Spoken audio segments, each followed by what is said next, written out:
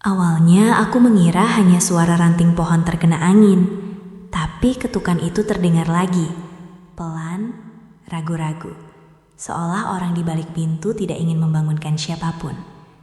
Aku perlahan bangkit dari tempat tidur sambil melirik istriku yang masih tertidur nyenyak. Dengan langkah hati-hati, aku membuka pintu sedikit. Dan saat itulah aku langsung terdiam. Di depan pintu berdiri ibu mertuaku. Beliau memakai kardigan tipis sambil memeluk kedua lengannya sendiri karena udara malam terasa dingin. Rambutnya sedikit berantakan. "Aku gak bisa tidur," katanya lirih hampir berbisik. Aku masih bingung harus menjawab apa ketika beliau kembali berkata pelan sambil menunduk. "Temenin ibu di kamar ya. Ibu takut sendirian malam ini." Dan sejak malam itulah, hidupku perlahan berubah menjadi penuh perasaan rumit yang tidak pernah kubayangkan sebelumnya. Aku masih ingat jelas bagaimana hujan turun malam itu. Tidak terlalu deras, tapi cukup untuk membuat suasana rumah terasa dingin dan sunyi. Rumah ibu mertuaku memang besar, peninggalan lama almarhum ayah mertua yang dulu dikenal cukup berada. Saat siang rumah itu terasa hangat karena ramai keluarga keluar masuk. Tapi ketika malam datang, terutama setelah semua orang tidur, rumah itu berubah menjadi sangat sepi. Terlalu sepi.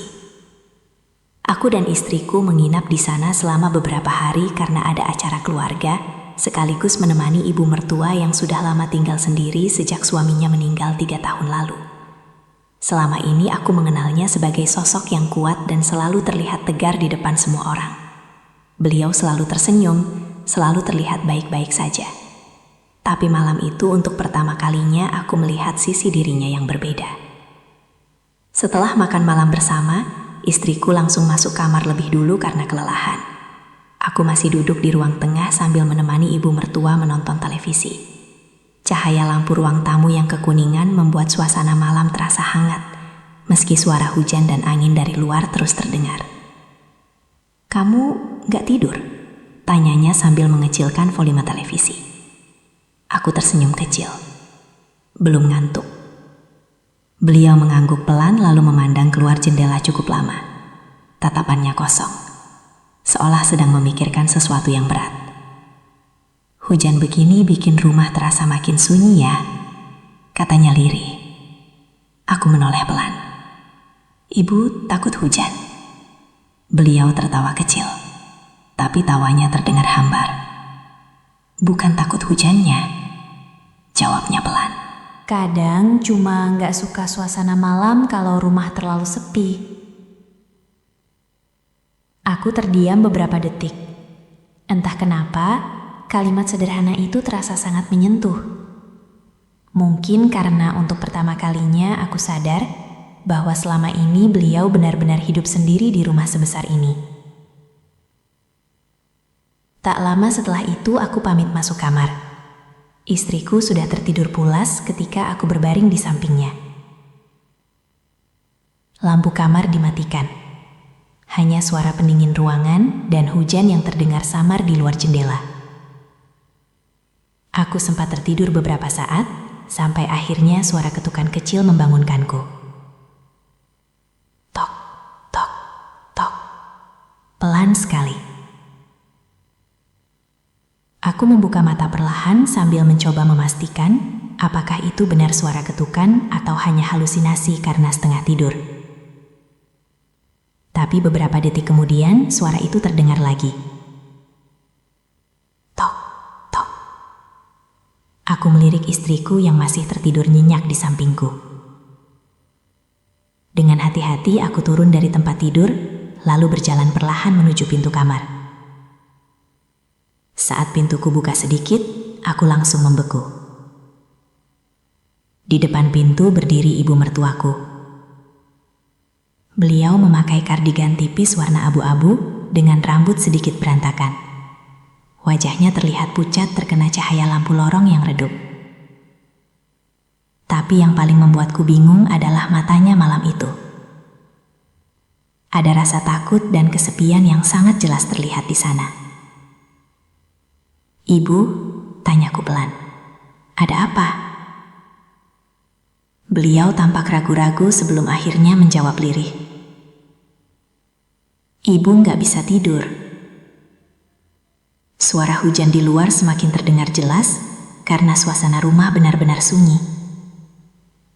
Aku masih berdiri bingung di depan pintu, sementara beliau menunduk seperti sedang menahan malu. Tadi ada suara dari belakang rumah, katanya pelan. Mungkin cuma suara angin. Tapi ibu jadi takut sendiri. Aku langsung mengerti. Rumah tua sebesar itu memang pasti terasa menyeramkan kalau ditinggali sendirian terlalu lama. Apalagi saat malam hujan begini. Mau aku cek belakang dulu? Tanyaku. Beliau cepat menggeleng. Gak usah. Jawabnya pelan sambil memeluk kedua lengannya sendiri. Ibu cuma... Kalimatnya terhenti cukup lama. Beliau lalu menatapku perlahan dengan mata yang terlihat sangat rapuh. Temenin ibu di kamar ya, sampai ibu bisa tidur. Jantungku langsung berdetak tidak tenang. Bukan karena aku berpikir macam-macam, sama sekali tidak. Tapi situasinya terasa sangat canggung. Istriku sedang tertidur di dalam kamar, sementara ibu mertuaku berdiri di depan pintu tengah malam, meminta ditemani tidur karena takut sendirian. Aku sempat ragu beberapa detik. Namun, melihat wajah beliau yang benar-benar ketakutan dan kesepian, rasa kasihan akhirnya lebih besar dibanding rasa canggungku sendiri. Iya bu, jawabku pelan. Sebentar. Aku menoleh ke arah istriku sekali lagi yang masih tertidur tanpa sadar apapun.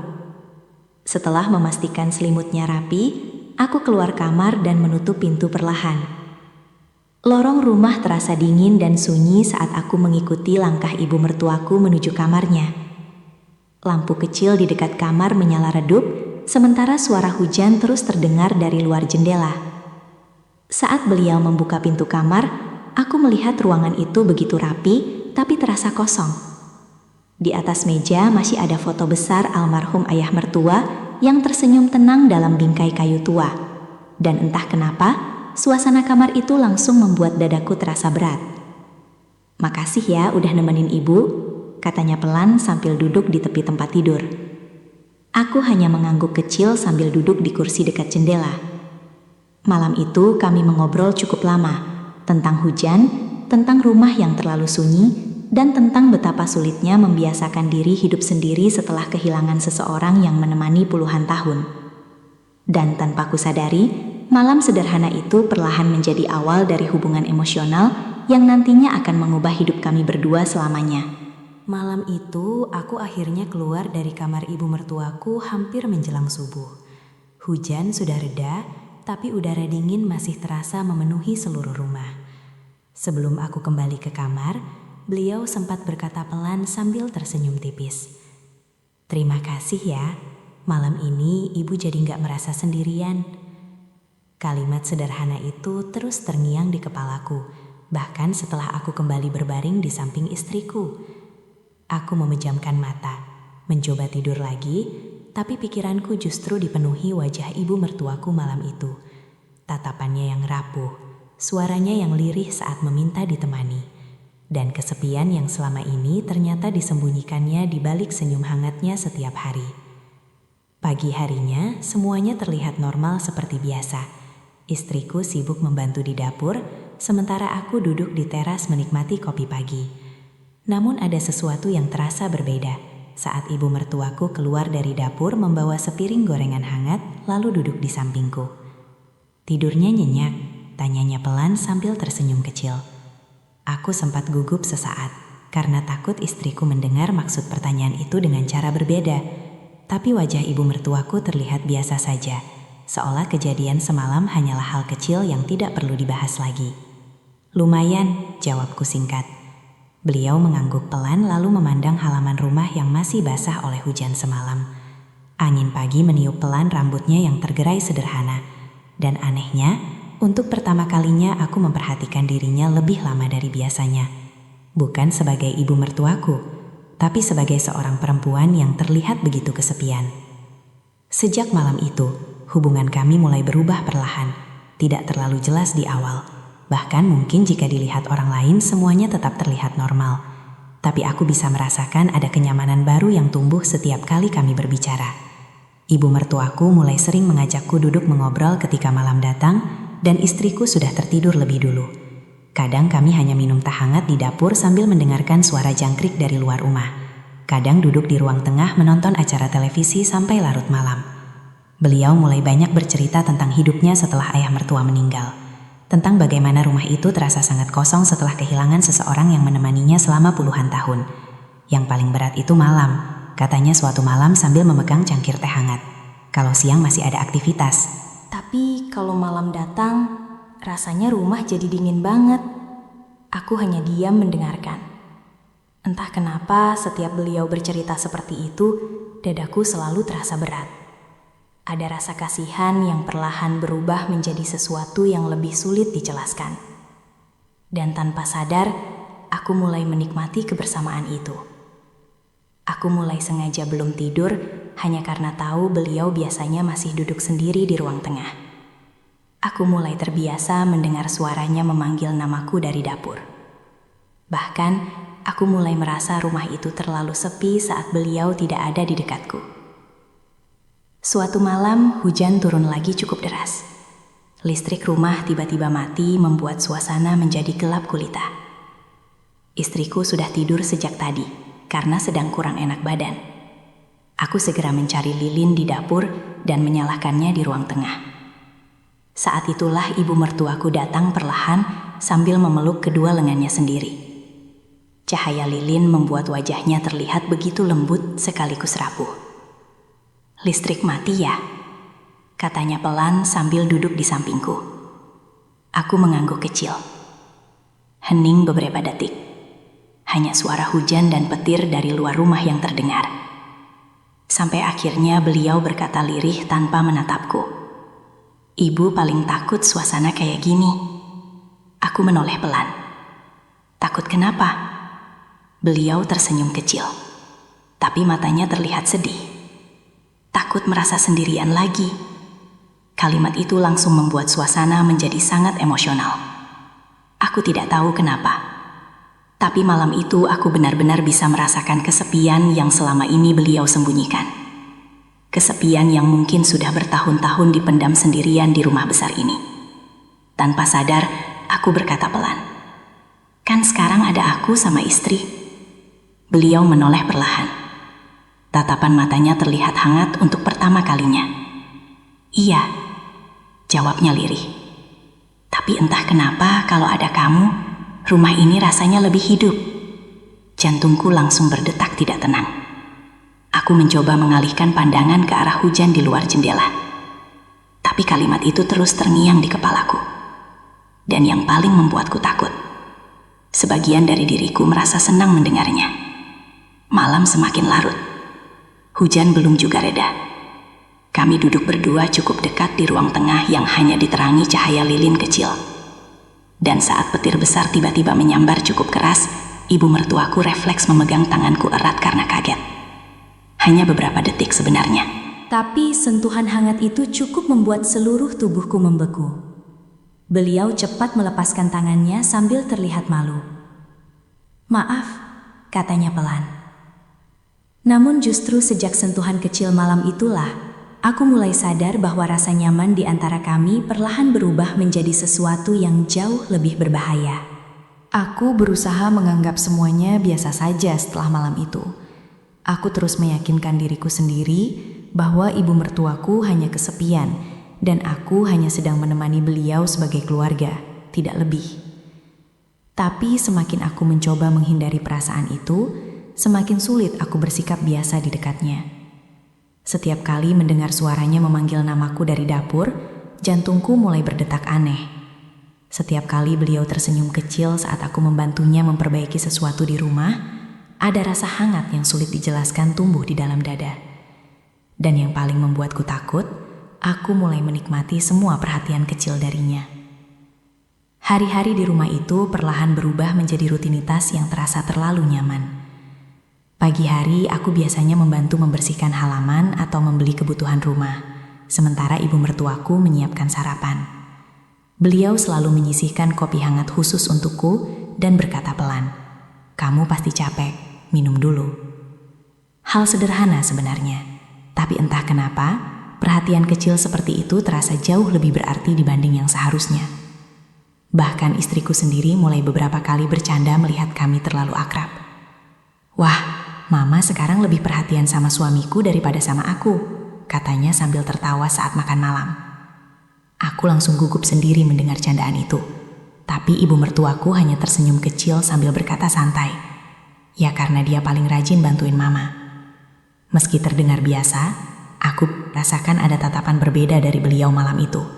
Tatapan yang terlalu lama bertahan di wajahku sebelum akhirnya beliau mengalihkan pandangan pelan.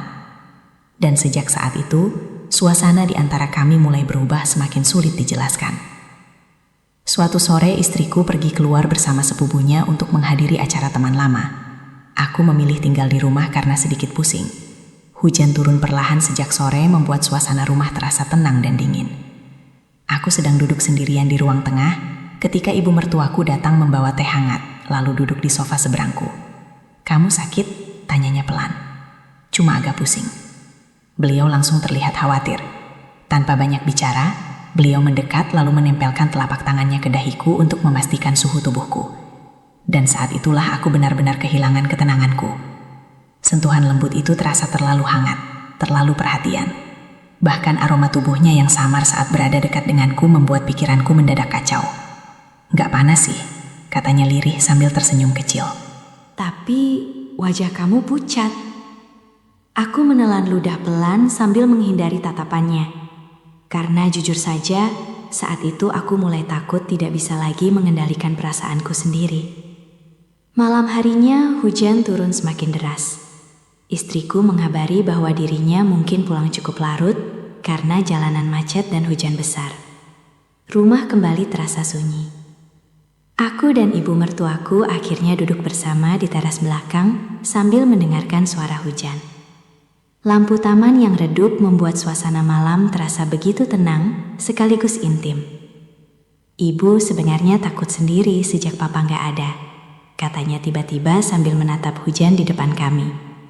"Tapi akhir-akhir ini rasanya lebih ringan." Aku menoleh perlahan. "Karena ada kamu di rumah."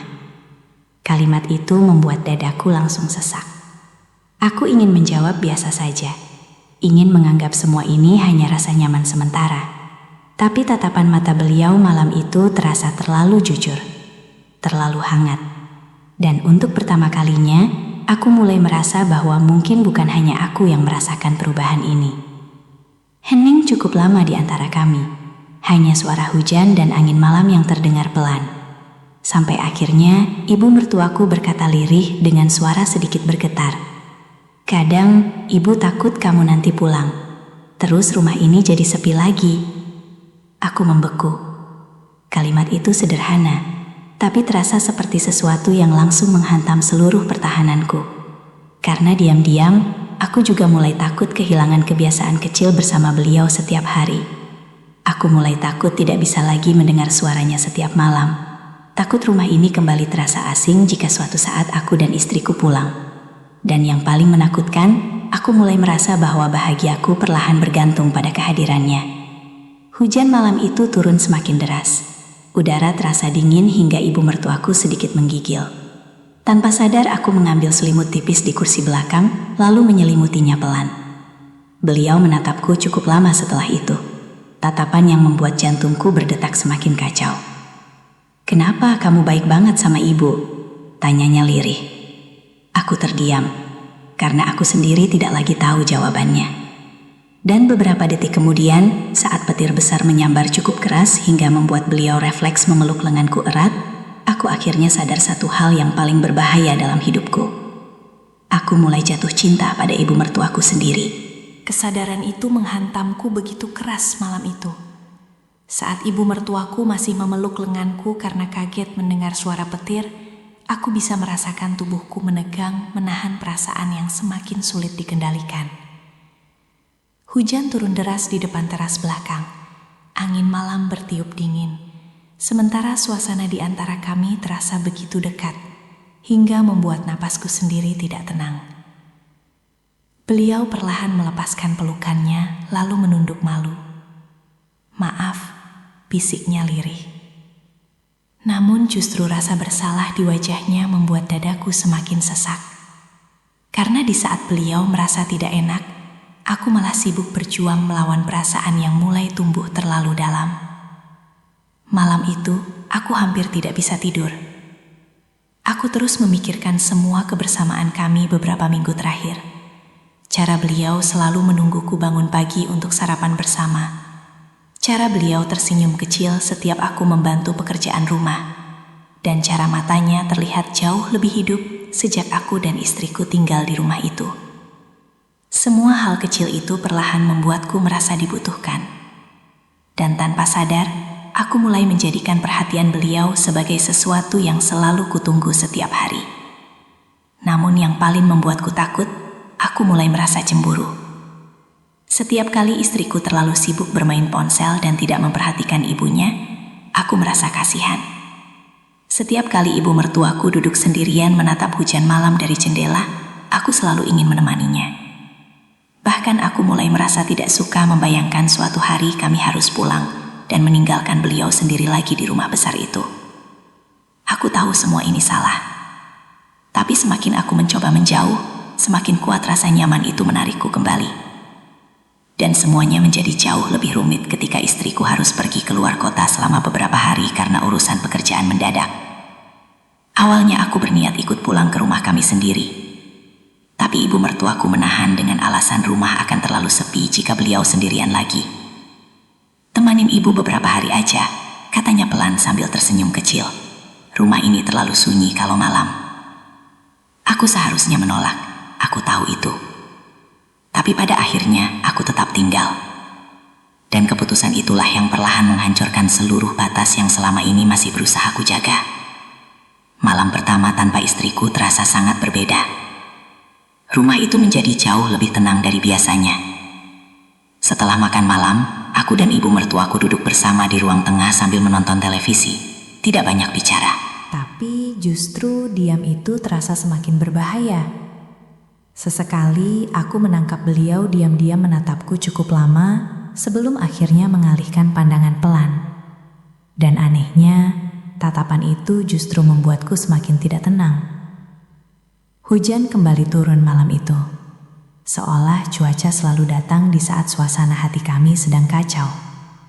Listrik rumah tiba-tiba padam cukup lama hingga seluruh rumah gelap gulita. Aku segera mencari lilin di dapur sementara ibu mertuaku berdiri dekat pintu ruang tengah dengan wajah sedikit panik. "Aku gak suka suasana begini," katanya lirih. Aku menyalakan lilin lalu meletakkannya di meja. Cahaya kecil berwarna kuning itu membuat wajah beliau terlihat begitu lembut dan rapuh. Rambutnya sedikit berantakan karena angin malam, sementara matanya terlihat berkaca-kaca menahan sesuatu yang sudah lama dipendam. "Aku capek pura-pura kuat terus," katanya tiba-tiba. Aku langsung terdiam. Beliau perlahan duduk di sofa lalu menunduk sambil menggenggam kedua tangannya sendiri. "Semua orang pikir ibu baik-baik aja sejak papa gak ada," lanjutnya pelan. "Padahal tiap malam rumah ini terasa kosong banget." Suara beliau mulai bergetar. "Aku cuma gak mau kelihatan lemah di depan anak-anak." Dadaku langsung terasa sesak melihatnya seperti itu. Untuk pertama kalinya, aku benar-benar melihat seluruh kesepian yang selama ini beliau sembunyikan sendirian. Tanpa berpikir panjang, aku langsung duduk di sampingnya lalu menggenggam tangannya pelan untuk menenangkan. Dan beberapa detik kemudian, beliau tiba-tiba menangis di bahuku. Aku membeku seketika. Tubuh beliau gemetar pelan menahan tangis yang mungkin sudah terlalu lama dipendam.